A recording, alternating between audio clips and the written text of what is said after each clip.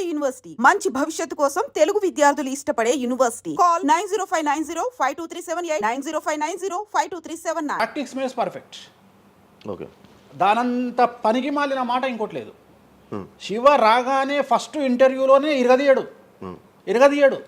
శివ 1వ ఇంటర్వ్యూకు శివ 100వ ఇంటర్వ్యూకు నక్కకు నాగలో అనుకున్నంత తేడా ఉంటుంది. మరి శివ ఫస్ట్ ఇంటర్వ్యూలోనే టాలెంట్ ఇరగదీసిండా? Practice makes perfect. అంత ఛాన్స్ ఇవ్వట్లేదు కదా ఇప్పుడు ఇండస్ట్రీలో. ఎవరు ఇక్కడికి వచ్చి ప్రాక్టీస్ చేసుకుంటామంటే ఛాన్సులు రావట్లేదు కదా. ఆటోమేటిక్గా టాలెంట్ అనేది మనము ప్లే చేస్తున్న రోల్స్ను బట్టి వస్తుంది. డైరెక్ట్గా అల్లు అర్జున్ గంగోత్రి సినిమాలో చూసిన అల్లు అర్జున్కు, పుష్ప 3లో చూసిన అల్లు అర్జున్కు కోడిపిల్ల లెక్క కళ్ళు తిరిగి కింద పడతాం అందరం. ఆయన హావభావాలు కానీ ఆయన ముఖవర్చస్సు కానీ గంగోత్రి సినిమాలో ఉన్నటువంటి అల్లు అర్జున్కు, పుష్ప 3కి. మరి గంగోత్రిలోనే పుష్ప 3 లాగా ఎందుకు లేడు అల్లు అర్జున్ అంటే? మరి అప్పుడు టాలెంట్ లేదా? సో ఇక్కడ ప్రాక్టీస్ మేక్స్ పర్ఫెక్ట్. అంటే కొన్ని పనికి మాలినటువంటి మాటలు మాట్లాడేటువంటి ఎప్పుడో 50 ఏళ్ళ కింద సామెతలను తీసుకొచ్చి రుద్దే ప్రయత్నం చేస్తారు. సో ఇక్కడ టాలెంట్ అనేది పక్కన పెడదాం, అవకాశం ముఖ్యం. నువ్వు టాలెంట్ ప్రూవ్ చేసుకోవాలంటే అవకాశం ముఖ్యం. శివ అనేవాడు యాంకరింగ్లో తోపు తురుము అని ప్రూవ్ చేసుకోవాలంటే అవకాశం ముఖ్యం. అవకాశం లేకపోతే శివలో టాలెంట్ ఉండదు, ఆ టాలెంట్ డెవలప్మెంట్ ఉండదు. సో ఇక్కడ ఏంది అంటే అవకాశాలు రావడం కోసం మనం ప్రయత్నం చేస్తాం. ఒక సీఎం సీట్ ఎక్కడం కోసం సీఎం ఏం చేస్తాడు అని తెలవాలి అంటే సీట్ ఎక్కాలి. సీట్ ఎక్కిన తర్వాత సీఎంగా ఈయన పనికొస్తాడా రాడని డిసైడ్ అవుతుంది. అట్లనే ఒక అమ్మాయి హీరోయిన్ అయిన తర్వాత ఈ అమ్మాయికి అంత సీన్ ఉందా లేదా అనే విషయం తెలుస్తుంది. సో మనం కనుక నయనతారని తీసుకున్నా, సమంతని తీసుకున్నా, ఏ హీరోయిన్ తీసుకున్నా, ఏ హీరోని తీసుకున్నా వాళ్ళ ఫస్ట్ సినిమాకు, వాళ్ళ 3వ సినిమాకు, వాళ్ళ 30వ సినిమాకు ఎక్స్ట్రీమ్ చేంజెస్ ఉంటాయి. సో ఇవన్నీ ఎట్లా వస్తున్నాయి అంటే ఫస్ట్ సినిమాకి టాలెంట్ లేదు, వాళ్ళు సానబట్టబడతారు. వాళ్ళకు వచ్చేటువంటి క్యారెక్టర్ల ద్వారా వాళ్ళు ఆ లెవెల్కి వస్తారు. అట్లనే ఒక గ్రామస్థాయి సర్పంచ్ నుండి స్టార్ట్ అయినటువంటి వ్యక్తి వాళ్ళ రాష్ట్రానికి తెలంగాణకు ముఖ్యమంత్రి అయిన రేవంత్ రెడ్డి అంటే ఆయన ప్లానింగు, ఆయన ఎట్లా చేయాలి, ఎట్లా సీఎం కావాలి అనే ఆలోచనల ద్వారా ఇక్కడికి వచ్చిండు. తెలంగాణలో కాంగ్రెస్లో ఎంతోమంది తోపులు తురుములు ఉండగా రేవంత్ రెడ్డి ఎందుకు సీఎం అయ్యిండు అంటే రేవంత్ రెడ్డి టార్గెట్ సీఎం పదవి. మధ్యలో ఉండేవాళ్ళు వేరే వాళ్ళందరూ టార్గెట్ సీఎం పదవి కాదు. కానీ రేవంత్ రెడ్డి మాత్రమే అన్ని కష్టాలు పడ్డాడు, రేవంత్ రెడ్డి మాత్రమే సీఎం టార్గెట్ చేసుకొని వాళ్ళ పదవి వచ్చింది. సో ఇది ప్రాక్టీస్ మేక్స్ పర్ఫెక్ట్. సో మనం ఎంత ప్రాక్టీస్ చేస్తే అంత పర్ఫెక్ట్ అవుతాం. అంతేగాని టాలెంట్ చూపించుకోవాలి అంటే అవకాశం రావాలి, అవకాశం వచ్చిన దాన్ని వాడుకోవాలి. అన్నిటికంటే ధైర్యం కావాలి. There is no development in comfortable zone. కలియుగంలో కంఫర్టబుల్ జోన్లో ఎప్పుడూ డెవలప్మెంట్ ఉండదు. తెలంగాణ రాష్ట్రంలో కాంగ్రెస్ పార్టీలో మనం గనక కాంగ్రెస్ పార్టీలో ఉన్నటువంటి వ్యక్తులను తీసుకుంటే ఒక రేవంత్ రెడ్డి మినహా ఎవరు కూడా జైలుకి వెళ్ళలేదు. రేవంత్ రెడ్డి జైలుకు వెళ్ళడానికి కూడా సంసిద్ధత వ్యక్తం చేసినాడు, అలాంటి ఫైటింగ్ చేసినాడు. అంటే కంఫర్టబుల్ జోన్ దాటి రిస్క్ జోన్లో ఫైట్ చేయడం వల్ల ఇవాళ సీఎం అయినాడు. మిగతా వాళ్ళందరూ ఎక్కడనో దగ్గర భయపడ్డమో బాధపడ్డమో వెనకడికి వేయడం వల్లనో వాళ్ళు అక్కడనే ఉండిపోయారు. ఈయన మాత్రమే జైలుకు వెళ్ళి మరీ ఫైట్ చేసి వాళ్ళ సీఎం అయ్యాడు. అంటే ఎవరైతే కష్టపడతారో వాళ్ళకు ఫలితం దక్కుతుంది, ఎవరైతే కంఫర్టబుల్ జోన్లో ఉంటారో వాళ్ళు కంఫర్ట్ లెవెల్ అట్లనే ఉంటుంది. సో సమాజంలో మనం బయటికి వచ్చి ఫైట్ చేసి అన్నిటినీ ఎదుర్కొని 10 మందితో దొబ్బులు తిని సోషల్ మీడియాలో దొబ్బించుకొని కింద కామెంట్లు పెట్టించుకొని బండనాయదవా దొంగనాయదవా అని కామెంట్లు పెట్టించుకొని సో ఇవన్నీ ఓవర్కమ్ అయ్యి సమాజాన్ని అర్థం చేసుకొని ఓహో వీళ్ళంతా పనికి మాలిన వెధవలు కామెంట్ల రూపంలోనే ఉంటారు అని మనం ఫైట్ చేస్తూ ముందుకు వెళ్తేనే మనకు లైఫ్ దొరుకుతుంది. ఇప్పుడు రేవంత్ రెడ్డి గారి గురించి మాట్లాడారు కాబట్టి ప్రజెంట్ జనాల్లోని నెగిటివిటీ నేను ప్రిడిక్షన్స్ని కానీ వేరే వాటిని చెప్పట్లా. నేను ఒక మంచి విషయాన్ని తీసుకొని మాత్రమే చెప్తా ఉన్నాను. నేను మంచి విషయాన్ని మాత్రమే తీసుకొని చెప్పాను. వేణుస్వామి గారు ఎప్పుడు అంటే లైక్ ఇందాక మాట్లాడుతున్నట్టు హీరోయిన్లు మనం టాలెంట్ ఉన్న వాళ్ళు చేస్తాం. ఎక్కువ వేణుస్వామి దగ్గర చేసుకున్న యాక్టర్స్ అమ్మాయిలే ఎందుకు వచ్చి చేయించుకుంటుంటారు పూజలు వేణుస్వామి గారి దగ్గర? ఒక రాజు కావాలంటే రాజ్యం కావాలి, ఒక రాణి కావాలంటే రాజు ఉంటే సరిపోతుంది. అర్థం కాలేదా? ఒక వ్యక్తి రాజు కావాలంటే రాజ్యాన్ని సంపాదించాలి. రాజ్యాన్ని సంపాదించాలంటే సగం జీవితం సంక నాకిపోతుంది ఒక వ్యక్తికి. అంటే శివ అనే వ్యక్తి ఒక 100 కోట్ల రూపాయలు సంపాదించాలంటే సగం జీవితం సంక నాకిపోతుంది. అవును, రైట్. కానీ శివను పెళ్లి చేసుకోవడానికి ఒక అమ్మాయికి మ్యాక్సిమం 10 మినిట్స్ చాలు.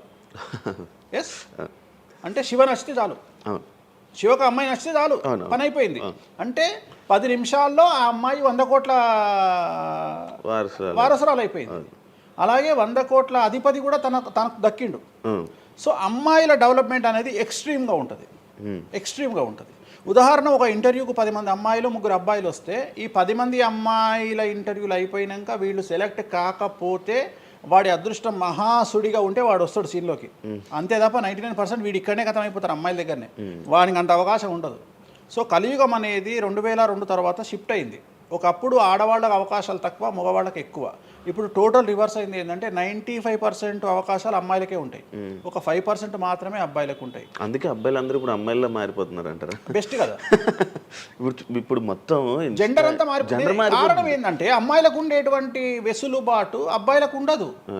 నేను అదే చెప్తున్నా. ఇప్పుడు మగవాడు కష్టపడి పైకి రావడానికి చాలా టైం తీసుకుంటుంది, ఆడవాళ్ళు పైకి రావడానికి చాలా ఈజీగా పైకి వస్తారు. నేను అనేది ఏంటంటే వాళ్ళ కష్టముతో పాటు వాళ్ళ గ్లామర్ వాళ్ళకు తోడవుతుంది. అవును, ఇప్పుడు మీరు ఏ పాయింట్ చెప్పారు అర్థమైంది. ఇప్పుడు అమ్మాయిలకి ఎలాగో అవకాశాలు ఉన్నాయి కదా, మరి ఆల్రెడీ వాళ్ళకి ఎలాగో అవకాశాలు వస్తాయి కాబట్టి మరి మీరు వాళ్ళని ఎందుకు అమ్మాయిలనే చూడడం? అబ్బాయిలు అంటే రాని వాళ్ళకు నేను చూస్తున్నా. ఇప్పుడు వచ్చిన వాళ్ళు నా దగ్గరికి రారు కదా. ఓకే, ఇప్పుడు కరోనా వస్తేనే హాస్పిటల్కి పోతాడు, కానీ కరోనా రాకముందే పండుకోడు కదా హాస్పిటల్. సో అట్లనే వేణుస్వామితో పని ఉంటేనే వస్తారు.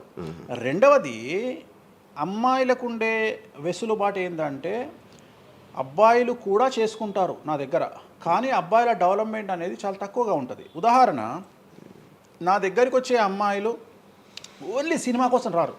చాలామందికి తెలియదు ఈ విషయం. అంటే చాలామంది ఏమనుకుంటారంటే వేణుస్వామి దగ్గరికి వచ్చే అమ్మాయిలు సినిమా కోసమే వస్తారు, రారు. నా దగ్గరికి వచ్చే అమ్మాయిలు ఒక రాజకీయ నాయకురాలిగా వక్తగా కావాలని వస్తారు. సో పొలిటీషియన్ కావాలని వస్తారు. అన్నిటికంటే ఎంటర్ప్రెన్యూర్ కావాలని వస్తారు. ఒక బోటికో లేకపోతే ఒక గోల్డ్ షాపో ఏదో పెట్టుకొని బిజినెస్ కోసం వస్తారు.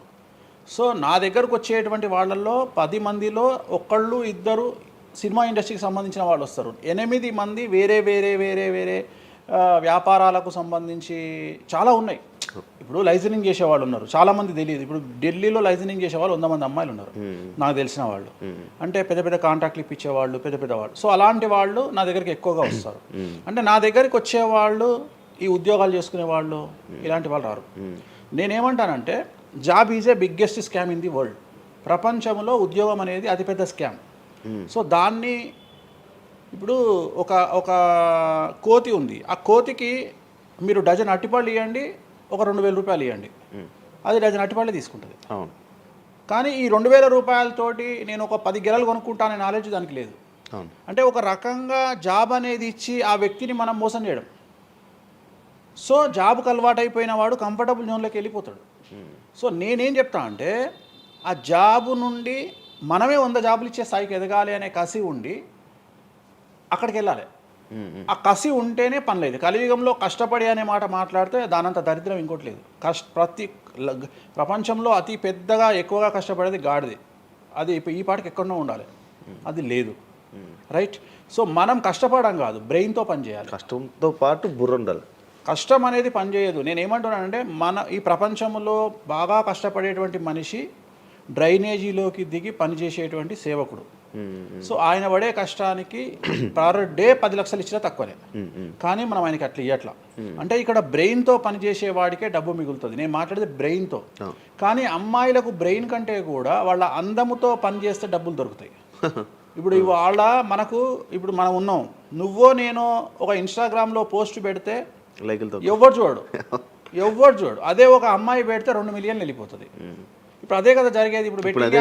ఇప్పుడు బెట్టింగ్ యాప్స్లోకి వీళ్ళు ఎందుకు వచ్చారంటే వాళ్ళను ట్రాప్ చేసేవాడు కూడా ఈ అమ్మాయిలకు 2 మిలియన్ల ఫాలోవర్స్ ఉన్నారు, కనీసం మిలియన్కు రీచ్ అవుతుంది వీళ్ళ వీడియో అనే ఉద్దేశంతో పెట్టిస్తున్నాడు. సో పెట్టడం ఎందుకు ఏంటి అనవసరం, పక్కన పెడితే వాళ్ళకుండే క్రేజ్, అమ్మాయిలకు క్రేజ్ అలాంటిది. నేను అదే చెప్తున్నా, ఆ క్రేజ్ అమ్మాయిలకు చాలా ఈజీగా వస్తుంది. ఎందుకంటే గ్లామర్గా ఉండే అమ్మాయిలు చాలా ఈజీగా జనాల్లోకి వెళ్ళిపోతారు. సో చాలా వాళ్ళకు ఉండే అవకాశాలు చాలా ఎక్కువ. ఇప్పుడు రీసెంట్ మీరు బెట్టింగ్ యాప్ ఇన్ని రోజులు లేని బెట్టింగ్ యాప్ అంటే గత 2 సంవత్సరాల నుంచి ఫైట్ చేస్తున్నారు బెట్టింగ్ యాప్ల గురించి వీళ్ళు. సడన్గా ఇప్పుడు సెలబ్రిటీలు అందరూ బెట్టింగ్ యాప్లు ఇరుక్కుంటున్నారు.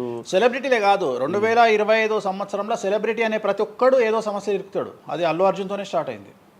సో జాతకంలో అల్లు అర్జున్ యోగంలో 6వ ఇంట్లో శని, అల్లు అర్జున్ది కన్యారాశి. కన్యారాశి 6వ ఇంట్లో శనిలో ఉండగా అల్లు అర్జున్ జైలుకి వెళ్ళాడు.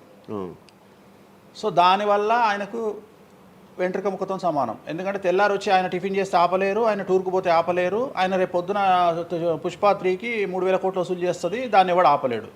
అంటే ఒక వ్యక్తిని జైలుకు పోయి ఇచ్చినంత మాత్రాన ఎవడు ఆపలేడు. మహా అంటే బెయిల్ తీసుకొని బయటకు వస్తాం. ఇప్పుడు రేపు పొద్దున ఈ 11 మంది కూడా సరే జైలుకు పోతారా పోరా అంత తీవ్రమైన నేరమా నాకు ఐడియా లేదు. సో వాళ్ళు పోయినా మళ్ళీ 10వ రోజు వచ్చి మళ్ళీ 11 నాడు వాళ్ళు మళ్ళీ స్టేటస్ పెట్టుకుంటారు. దానివల్ల పెద్ద ఒక కొంపల మునిగేది ఏం లేదు. కాకపోతే ఇక్కడ జాతక రీత్యా ఎందుకే ఇప్పుడు జరుగుతుంది అంటే ఎందుకు జరుగుతుంది అంటే ఎవరి జాతకంలోనైతే ఆ ప్రత్యేకమైనటువంటి టైమింగ్ వస్తుందో ఆ టైమింగ్లో ఉండేవాళ్ళు జైలుకు వెళ్ళడమో సమస్యల పాలవడమో మీడియాకి ఎక్కడమో. ఇప్పుడు అందరూ మీడియాకి ఎక్కిన అందరు జైలుకి వెళ్ళరు. సో ఇంకోటి ఏంటంటే ఇప్పుడు ఒకప్పుడు జైలు అంటే భయము, ఇప్పుడు జైలు అనేది క్వాలిఫికేషన్ అంటే జనరల్గా ఇప్పుడు పొలిటీషియన్ అయితే జైలుకు పోగానే సీఎం అవుతాడు అనే నమ్మకం వచ్చింది అందరికీ. అట్లనే కొన్ని నమ్మకాలు వచ్చినాయి. ఇప్పుడు అల్లు అర్జున్ పోయి వచ్చాడు, ఏమైంది? సో అదే సినిమా ఇంకా ఆయన అనుకున్న దానికంటే ఇంకా కొద్దిగా ఎక్కువ డబ్బులు వసూలు చేసింది. సో ఇప్పుడు వీళ్ళు కూడా అంతే. కాకపోతే జాతకాల్లో చూసుకోవాల్సింది ఎందుకు ఇట్లాంటివి జరుగుతాయంటే అష్టమ శని అంటే 8వ ఇంట్లో శని వచ్చినప్పుడు, 6వ ఇంట్లో శని వచ్చినప్పుడు, 12వ ఇంట్లో శని వచ్చినప్పుడు, 1వ ఇంట్లో శని వచ్చినప్పుడు, 6వ ఇంట్లో గురువు వచ్చినప్పుడు, 12వ ఇంట్లో గురువు వచ్చినప్పుడు ఇలాంటి సంఘటనలు వ్యక్తిగతమైన జీవితంలో జరిగే అవకాశాలు ఉంటాయి. ఇప్పుడు ఏదైతే కన్యారాశికి ఈ నెల 30 వరకు బ్యాడ్ ఉందో అది తులారాశికి షిఫ్ట్ అవుతుంది 1వ తారీఖు నుండి. అంటే ఏప్రిల్ 1వ తేదీ నుండి రాబోయే 2.5 సంవత్సరాల పాటు తులారాశి సెలబ్రిటీలు ఎవరైతే ఉంటారో వాళ్లకు సేమ్ సంచలనాలు, జైలుకు వెళ్ళడాలు ఇలాంటి సమస్యలు అనేటువంటివి రాబోతున్నాయి. వేణుస్వామి గారు చేసిన తప్పులకి నలిగిపోతూ ఆయన మీద జరుగుతున్న ట్రోల్స్ తీయించడానికి లక్షలు ఖర్చు పెడుతున్నాడనే పబ్లిక్లో టాక్ అనేది నడుస్తుంది. అది ఎంతవరకు నిజం? అసలు పట్టించుకొని అవి ఎంజాయ్ ట్రోల్స్ని ఎంజాయ్ చేస్తారా? ట్రోల్స్ని ఎంజాయ్ చేస్తాను నేను. ట్రోల్స్ని ఎంజాయ్ చేస్తాను నేను. ఎందుకు అంటే నేను నమ్మేది ఏంటంటే any publicity is good publicity అని నమ్మే వ్యక్తిని నేను. బ్యాడ్ ఆర్ గుడ్ పబ్లిసిటీ నేను అనే పాయింట్ ఏంటంటే ఒక అంబానీ ఫ్యామిలీ పెళ్లిళ్ళు చేసుకున్నారు, 5,000 కోట్లు ఖర్చు పెట్టి పెళ్లిళ్ళు చేసుకోవడానికి ప్రధానమైన కారణం ఏంది? పబ్లిసిటీ పిచ్చి. వేణుస్వామికి 500 కోట్ల పబ్లిసిటీ ఫ్రీగా వచ్చినప్పుడు ఎందుకు వద్దంటాడు? పిచ్చిన కొడుక వేణుస్వామి అన్న కాదు కదా. ఒక ప్రైమ్ టైంలో 7 గంటలకు నేను ఒక ఛానల్లో అరగంట షో కొనాలంటే నాకు కనీసం ₹1,00,000 అవుతుంది. నేను పిచ్చిన కొడుకునా? నాకు వచ్చే పబ్లిసిటీ ఎంత ఎక్స్ట్రీమ్ పబ్లిసిటీ వస్తుంది. నేను ఎప్పుడు బాధపడతా? నా లైఫ్ డిస్టర్బ్ అయినప్పుడు బాధపడతా, నా ఫైనాన్షియల్ రూట్ ఆగిపోయినప్పుడు బాధపడతా. ఇప్పుడు నేను 12వ సంవత్సరంలో సినిమా ఇండస్ట్రీకి వచ్చిన. నా కమాండింగే మీడియా, నా కమాండింగే సినిమా ఇండస్ట్రీ, నా కమాండింగే పొలిటికల్, నా commanding all aspects of life. అలాంటి నేను నా జాతకాన్ని అంటే ఏం తెలియకుండానే బ్లైండ్గా వచ్చి మీడియా ముందర మాట్లాడేసి దొబ్బులు తిని వెళ్ళిపోదాం అనుకుంటారా? అంటే నాకంటూ కొన్ని క్లారిఫికేషన్స్ ఉంటాయి కదా.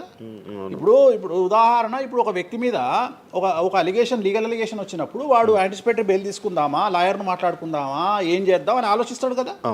అట్లనే మనం అడవిలోకి వెళ్ళేటప్పుడు టైర్ పంక్చర్ అయితే ఏం చేస్తామని ఆలోచించుకుంటాం కదా. అట్లనే ఒక అడవిలో ట్రావెల్ చేసినప్పుడు మనం ఆలోచించుకొని ట్యాంక్ డీజిల్ ఫుల్ చేయించుకుంటాం కదా. సో అట్లా నాకు ఉండవు ఆలోచనలు. నేను ఆలోచించుకోకుండానే ఇలాంటి పనులు చేస్తున్నా. సో వేణుస్వామిని దెబ్బ కొట్టాలి అన్నా, ఎవరిని దెబ్బ కొట్టాలన్నా ఫైనాన్షియల్గా దెబ్బ కొట్టాలి. బట్ నేను అవకాశం అవతల వాడికి ఇయ్యాను. కారణం ఏంటంటే ఒక ఎలుకలాగానో ఒక పాములాగానో, ఒక ఎలుక కానీ పాము కానీ తన శత్రువుల దాడి నుండి బయటికి రావాలంటే 7 నుండి 8 బొక్కలు చేసుకుంటుంది ఒక హోల్లో. అంటే ఇటు రాడ్ పెడితే ఇటు వెళ్ళిపోతుంది, ఇటు రాడ్ పెడితే ఇటు వెళ్ళిపోతుంది.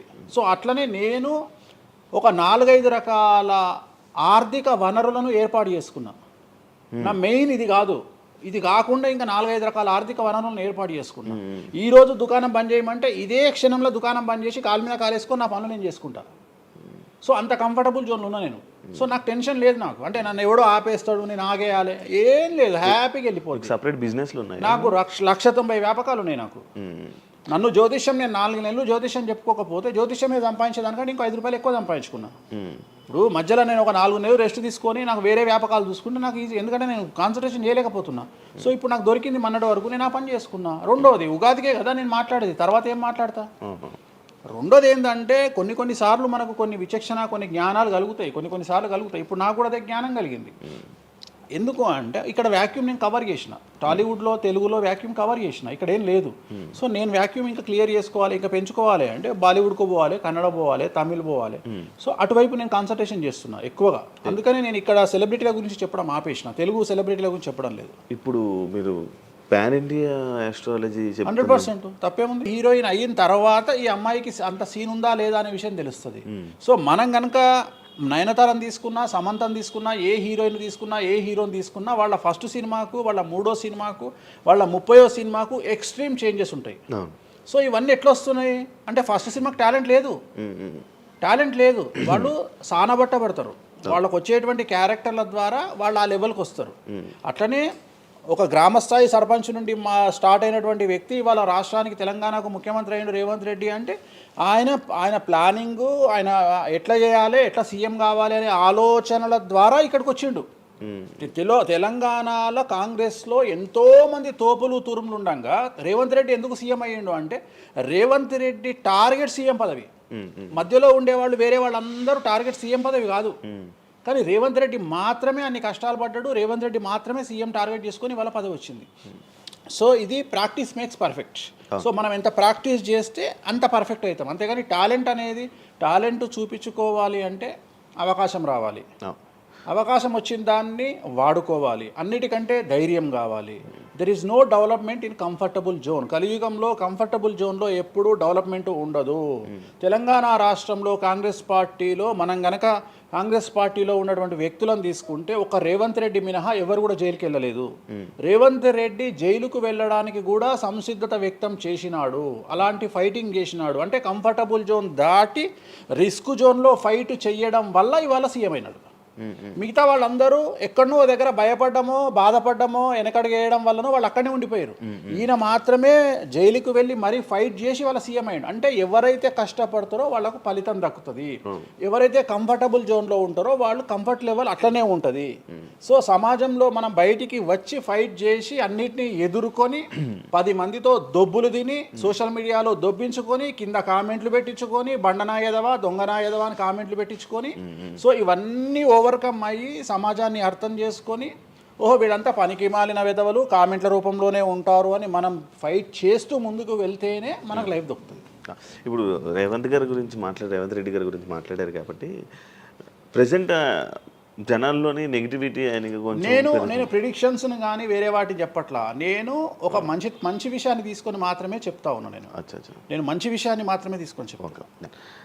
వేణుస్వామి గారు ఎప్పుడు అంటే లైక్ ఇందాక మాట్లాడుతున్నట్టే హీరోయిన్లు మనం టాలెంట్ ఉన్న వాళ్ళు చేస్తారు. ఎక్కువ వేణుస్వామి దగ్గర చేసుకున్న యాక్ట్రెస్ అమ్మాయిలే ఎందుకు వచ్చి చేయించుకుంటుంటారు పూజలు వేణుస్వామి గారి దగ్గర? ఒక రాజు కావాలంటే రాజ్యం కావాలి, ఒక రాణి కావాలంటే రాజు ఉంటే సరిపోతుంది. అర్థం కాలేదా? ఒక వ్యక్తి రాజు కావాలంటే రాజ్యాన్ని సంపాదించాలి. రాజ్యాన్ని సంపాదించాలంటే సగం జీవితం సంక నాకిపోతుంది ఒక వ్యక్తికి.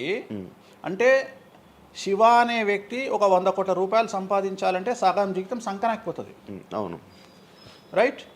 కానీ శివను పెళ్లి చేసుకోవడానికి ఒక అమ్మాయికి మ్యాక్సిమం 10 మినిట్స్ చాలు. ఎస్, అంటే శివ నచ్చితే చాలు, శివకు అమ్మాయి నచ్చితే చాలు, పని అయిపోయింది. అంటే 10 నిమిషాల్లో ఆ అమ్మాయి 100 కోట్ల వారసురాలు అయిపోయింది. అలాగే 100 కోట్ల అధిపతి కూడా తనకు దక్కిండు. సో అమ్మాయిల డెవలప్మెంట్ అనేది ఎక్స్ట్రీమ్గా ఉంటుంది.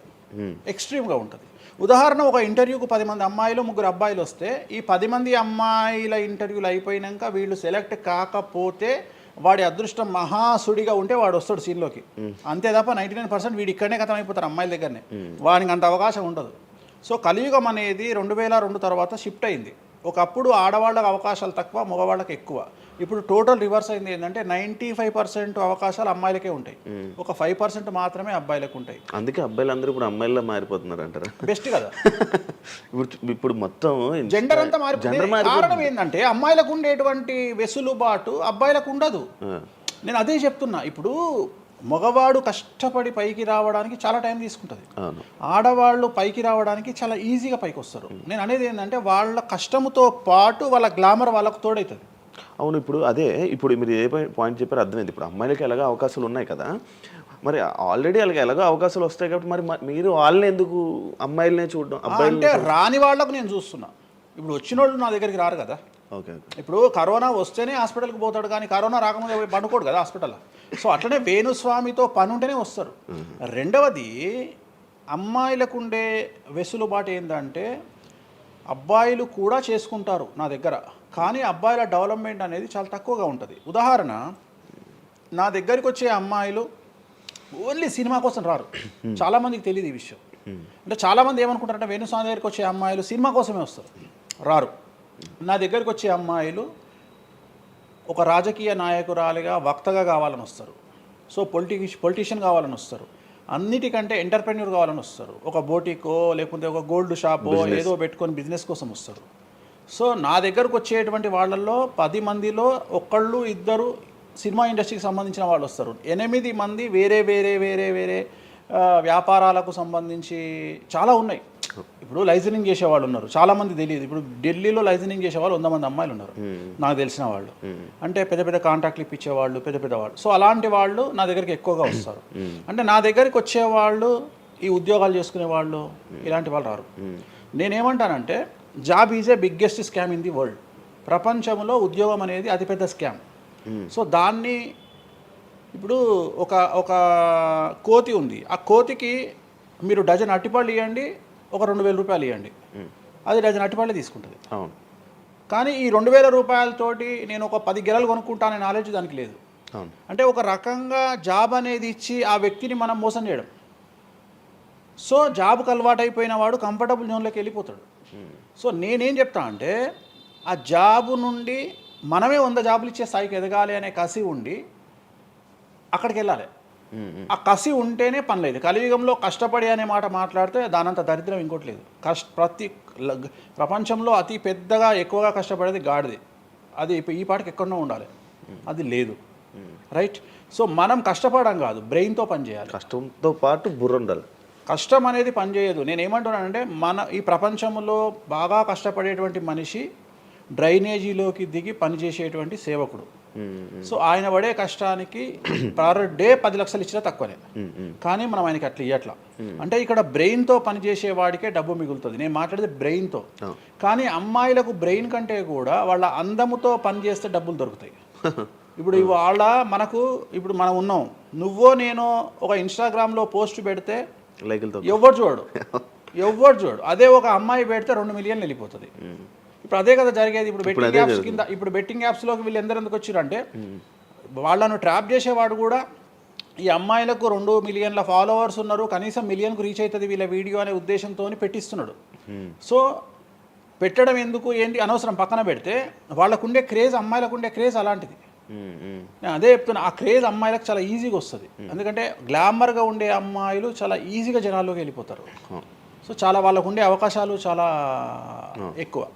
ఇప్పుడు రీసెంట్ మీరు బెట్టింగ్ యాప్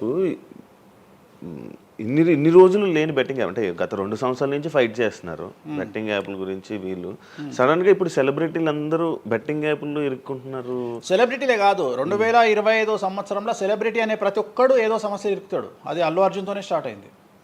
సో జాతకంలో అల్లు అర్జున్ యోగంలో 6వ ఇంట్లో శని, అల్లు అర్జున్ది కన్యారాశి. కన్యారాశి 6వ ఇంట్లో శనిలో ఉండగా అల్లు అర్జున్ జైలుకి వెళ్ళాడు.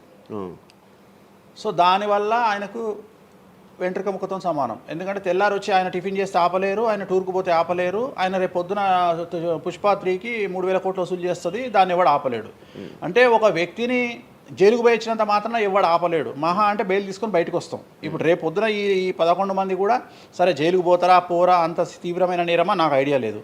సో వాళ్ళు పోయినా మళ్ళీ 10వ రోజు వచ్చి మళ్ళీ 11 నాడు వాళ్ళు మళ్ళీ స్టేటస్ పెట్టుకుంటారు. దానివల్ల పెద్ద ఒక కొంపల మునిగేది ఏం లేదు. కాకపోతే ఇక్కడ జాతక రీత్యా ఎందుకే ఇప్పుడు జరుగుతుంది అంటే, ఎందుకు జరుగుతుంది అంటే, ఎవరి జాతకంలోనైతే ఆ ప్రత్యేకమైనటువంటి టైమింగ్ వస్తుందో ఆ టైమింగ్లో ఉండేవాళ్ళు జైలుకు వెళ్ళడమో, సమస్యల పాలవడమో, మీడియాకి ఎక్కడమో.